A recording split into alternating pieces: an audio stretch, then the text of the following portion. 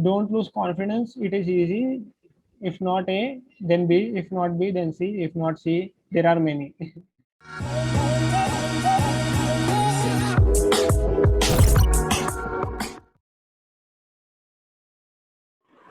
Hello, everybody. Welcome to the interview series conducted by Team Abhyanta. My name is Shivangi, and today we have with us Bharat Simha Reddy, who scored a 99.92 percentile in CAT 2020. He also secured a rank of 30 in instrumentation and 139 in EC streams of the GATE 2020. Welcome, Bharat, and congratulations on this miraculous achievement. We are all very proud of you. Hey, thank you. So, without further ado, let's dive into the questions. So, my first question for you, Bharat, is when did you start your CAT preparation? And what do you think is the ideal time required to prepare for CAT? Like, I started my informal preparation when I was in second year. Like, I used to just solve the problems like quant and LRDA when I was free, like just for fun. Then, like formal preparation, there was nothing like formal preparation because like I was good in quant and LRDA, and I was very weak in VARC. So what I tried to read, like everyone, when I asked many people like what we should do so that we can improve in VARC. Everyone was like read, read, read. Like I tried reading, but I felt like I was no going nowhere. So then I stopped it and I focused more on quant and LRDA so that I could cover the mishap happening in the VARC. So that was my preparation strategy, and the ideal time depends on you. Like if you are very good at quant, VARC doesn't need any additional preparation if you know English. So it all like you if you watch many questions, so if you start solving many questions, then you will get the touch. Everything is like the same thing. Like LRD and DI is also the same thing. Like if you solve many problems, you will get the touch. Like it doesn't need any prior information to you. Like everything is in front of you. You can manage to fix it. So I feel that if you strictly want to prepare, then ideal time would be 6 to 12 months. Right. So, do you think for enriching your vocabulary, you need to refer to articles or read books like Norman Lewis' Word Power Made Easy for VRC? Like I felt like VARC wasn't more like the words like as GRE is, but it was more like the your understanding ability. Like in CAT, you generally have VARC, but RC is more, VA is less. Like VA is approximately 20 to 25%, 25 to 30%. RC is 70%. Like RCs are more like you need to infer, and they won't give direct questions like you get it in 10th or 12th standard. Like you need to infer, you need to understand, and you need to express your view. Like what is the author's view, you need to understand, and you need to answer it. So it is more like not more like the improving your vocabulary, but it is more like improving your understanding skills and your like it comes. I can't say like how it comes because I don't have it. That's all right. And how did you handle your quant and LRDI preparation? What was your Like strategy for them? there was nothing special strategies for me, but I was good in math every time. So even in what do we say? Even in CAT, you will have at max 11th class syllabus in CAT, and it was more like the speed. I have a very good speed in quant, so everything was in my hands. Like everyone, if you have a speed, then you won't have the concept. If you have the concept, you don't have the speed. But I had the both, so it worked for me. What I did more was I solved the previous papers. Like I didn't do any mocks. Like I was more like on the previous papers because they will prepare some sort of same difficulty level or some sort of same type of questions will be prepared.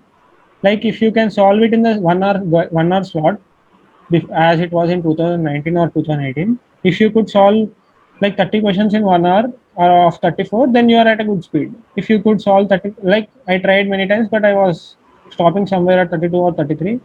So it was more like do it in slots when you answer the questions. Like my whole preparation was more on building the strategy for the exam than to prepare the concepts because I was very good at concepts. Like I used to understand it easily. Right. And what did what books did you practice from, and what would you recommend other cast aspirants to practice from? Like I didn't practice any special books, but I would prefer like the hot one in the market would be Arun Sharma's books. Like what do you need for cat is the basic knowledge on the topics. So it has everything like even he gave the problems like level 1 2 3. So you would be getting the much better idea on how the problems would be. So even in Arun Sharma's book, I don't think he will get the level 3 problems because the difficulty is kept on the moderate side in quant, and difficulty of LRDI is also moderate, whereas difficulty of VARC is high in if you see the last 2 3 years. So hopefully the same trend continues, and even this time Ahmedabad is doing so. VARC can be much more difficult, and quant and LRDA can be lightly easier. Right. And what about any? Did you join any coaching institutes or buy any test series? No, I didn't do anything. Like I was, everything was for self preparation, and I was majorly focusing on the gate because it takes more time to prepare.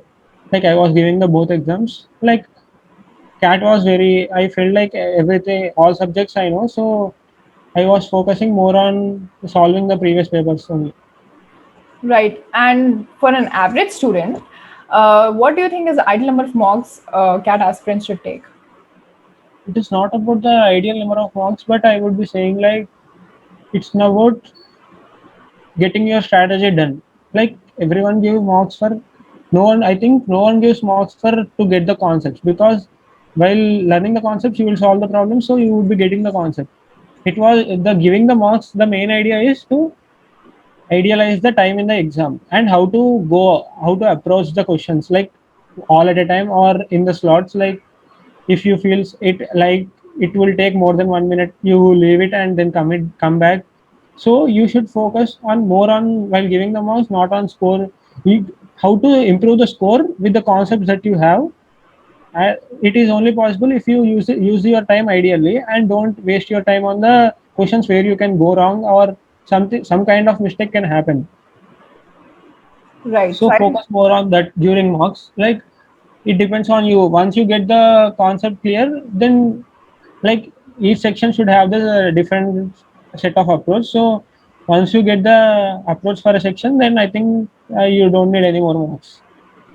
right. So coming to the interview part, do you think these course certifications or internships help you ace the interviews? And what did you do for your profile building? Like everything helps in your profile. Everything you do helps in the profile building because it proves that you aren't sitting ideal in the college just doing the academics. So do anything that you want. I would suggest anything like do internships in summer.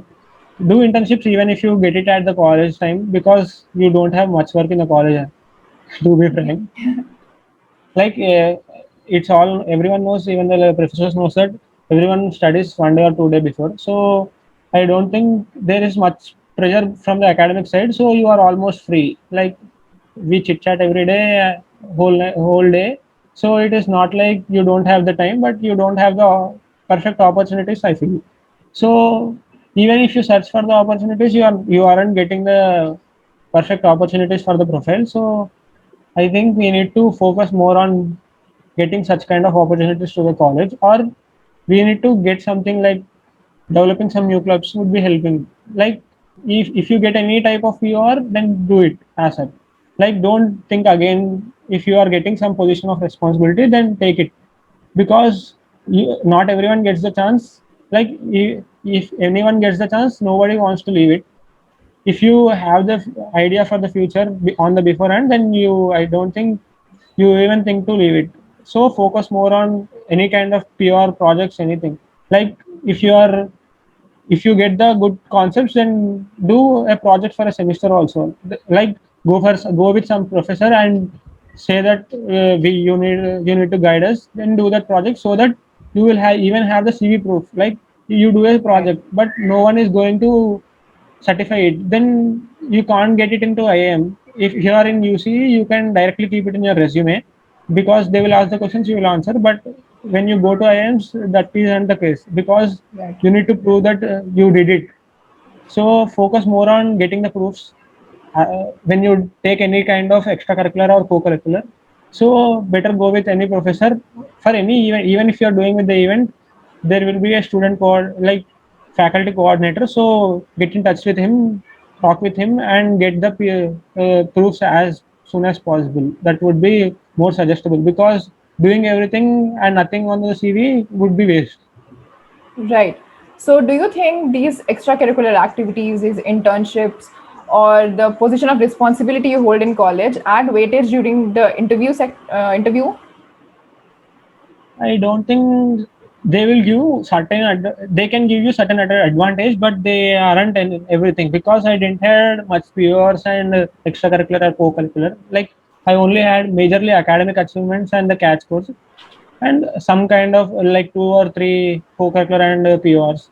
So like we even didn't have the college for the last 1.5 years, so we aren't even getting the chances, so they can understand it. But like when you go for it, it's not like that everyone will say drive, you need to drive your interview, everything like that. But I don't think something like that will happen, because the person sitting on the other side knows much more. Than if you are trying to drive, then he knows that you are trying to drive. So Right. don't be like that, be instinctive, and don't prepare the same answers, don't by heart it. Just feel that if you just make sure that the answer goes with the flow. If the answer is not going with the flow, make sure you do some things like additional some certificates or something, so that you are ready to switch from engineering to master in business administration. Right. So focus more on it. Like Right. where even some kind of interviews go on like academic only, mostly academic, like 40 to 50% goes on academics, some goes on current affairs. So lightly read the newspaper every day and get your views done. Right. So, can you share some of the questions that you were asked during the interview and how did you handle them? Like my many what I felt was almost all of my interviews were very bad. Only Ahmedabad went very good. Like they, it was more on academic side. Everyone, all and others were like you didn't had extra and co-curricular, so they were like something like stressing out, and somewhere like heavily core concepts which we would be having in the sixth and seventh semesters. Like we didn't study that much, so I didn't know that. Like if you are from the ECE background, then make sure that you know about the different technologies and the communications, especially 5G and how it works. Know everything, so that pakka they will be asking. Like in 3 interviews, at least two persons will ask you. So, and very less people will don't ask when if it drives through other part. Like in my Ahmedabad interview, they were like asked first about like what were the subjects you. Then I was like I went with the probability. So then they were like okay, and they started asking questions on probability. That's the like told the whole subject name. Then they were like the second part. I think you know PTSP. They asked stochastic processes. Then I was like I don't know. Then they were like okay. Then let's talk about probability. They asked about different. They gave different cases and told to give the probability to. Then they asked your my views. Then they asked about formulas. Then that's it. They were like there was WAT regarding discussion also. Like whatever you write in WAT, make sure that you are confident on it. Otherwise, don't write it. Like they will ask your view. WAT is more about not about your vocabulary or something, but it is all about how you are thinking. What is your thinking approach in the given 30 minutes? That will be checked. So make sure that whatever you write, you could be justifying it. Right. So, can you share your strategy for the last 1 week of CAT preparation and also on the D day? My main motto was to not think about the exam. Like I was playing games, I was chit chatting, I was watching movies. That was a routine. It went very bad, a very bad routine. That my on the day before exam, I went to take the hall ticket and I brought it and kept it in home. Then my mother was like, "When is the exam?" Like I am like, "Tomorrow is the exam." Then she is like, "Are you sure that you are going to write?" Because she was like, she felt like I am not touching any books or something. So she felt like yeah, I wasn't doing well. So it is not about that how you do it in the last week, but it is how prepared are you for the D-Day. So like even on the D-Day, we had the surprise this time because it was to 2 hours from 3 hours. So no one knows how many questions are going to come. They mentioned that three sections are going to be there as usual, but no one knows how many questions are going to come. But what I learned from the previous years is that around 150 on 300 would be getting 150 to 160 would be getting you to 99 percentile, and 180 would be getting you to 170 to 180 would be getting to 99.9. So around 150 means 16 questions a hour. If you do 16 questions to 16 to 17 questions an hour, you will get 99 percentile, means 100% accuracy. If you do around 20 questions, then you would be getting 99.9, no doubt guaranteed. The same thing repeated almost this year, like around 102 was 102 means 34 questions. 34 questions means again 17 per hour. So don't think about the sections, but think about the questions how many you are going to solve. If it is 2 hours, then you need to solve 34, even if they are 100 questions also, because people don't have the time to solve all questions. So it may, if they give 100 questions for 2 hours also, then it may likely change to 18 questions an hour or 18 and a half questions an hour. Right. So make sure that you get 50 marks per hour for 99 percentile, because everyone thinks that that's a good score. But if you are if you are Gem or Jeff, then that doesn't work out for you, because 99 percentile means you are getting 2000 rank in all India for 400 seats in any college. Like ABC combined would be having around 1200 seats. General category would have 600 seats. You are fresher, engineering, general, you don't have anything, then 99 percentile will take you nowhere. Even you should know that, because in general all categories will participate and you need to be in, at least in top 600 to get these 600 seats. So make sure that you get around 99 plus 99.5 plus, so that it would be helpful. Don't think that it is tough or difficult. Just focus on your basic concepts and your strategies. Don't think about the result, because it will be coming. Because if you are getting 16 questions an hour and you to move for 20 questions an hour, it is not a big deal. And make sure that at least two sections are very strong, because even if you go bad in one section, you can be confident that you can get back to the work, because CAT is not more like a 3 hour one exam, but it is three exams for 1 hour each. So make sure that you have different strategies, and make sure that you are confident enough and cool enough, because if you are panic, then you do it, it is of no use if you get panic, because it doesn't get you solve one more question. But if you are cool, you can get one more question. So maintain calmness. Right. So was your strategy attempting most of the questions or attempting less questions but with 100% accuracy?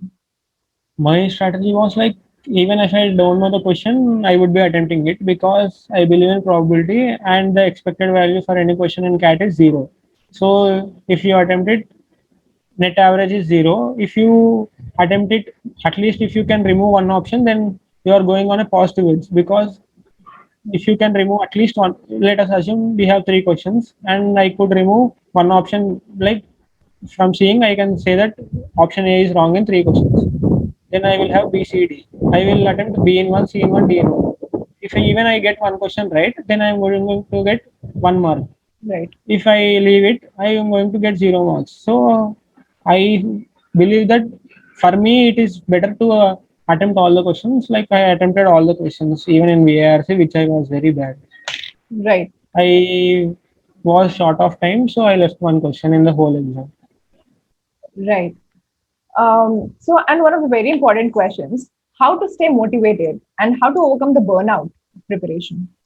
Well, like it's nothing like if you are feeling burnout means you are doing bad in mocks. That's the only way you feel burnout. So stop giving mocks when you feel burnout, and start giving previous papers, because that's the where you can, because in mocks generally what happens is the difficulty level is always sliding from very easy to very hard. So you can't judge the paper, and you can't, some people may even cheat in mocks, so you can't justify that the results are true, because if you get 99.5 in one exam, you get 90 in other exam, you get 80 in other exam. It's not that you can't get 99, but you have the capacity to easily get 99 in each exam. So when the results are not audited, then I don't think you need to focus more on results. Then you need to focus more on your approach, how to change your approach, focus more on that. And it's more like, when it comes to panicking, it's more like you stop believing yourself. When you stop believing yourself, you get panic. So don't lose belief in yourself, because if you lose, same like when you panic in the exam, you don't get anything. Same like if you don't believe you are not going to go anywhere. So believe as much as possible. I feel that be more overconfident than being confident, because if you are overconfident, even if your confidence gets somewhat deteriorated by the questions, it will get to the confidence level. If you are just confident, it is sure that some questions can make you like go, like Underconfident. some questions take you very down. So a single question can take you very down. Like it can move a 99 percentile guy to 90 percentile easily. Just one question. So make sure that the 3 hours be attentive and be focused. Right. Finally, what message would you like to give our viewers or any tips for them? Like, even if you don't want to give cat, because it's not like some prepared exam. It's like just to check your, take it as some IQ test. Like just give the exam, then you will know that how good are you. Because many people don't give cat because they don't want to do MBA or they don't know anything. Just give the exam. Nothing is going to. You are not going to lose anything. Just once give the exam. Even if you are in third year, just give the exam. If because even if you are in third year, you can give. If anyone can give, just keep it as final year and give the exam and check the percentiles. You will be. I am pretty sure that at least 90% of the people would be amazed by the results, because actually it's very easy to score 99 percentile, as it is not. Uh, it is not even difficult as people say. Be- because like it is more about thinking and answering the question. So don't lose confidence. It is easy. If not A, then B. If not B, then C. If not C, there are many. Right. Well, that was great. It was wonderful talking to you, Bharat. And we thank you for giving us your valuable time and best of luck in all your future endeavors. Always for the college, anything for the college. Thank you, everyone.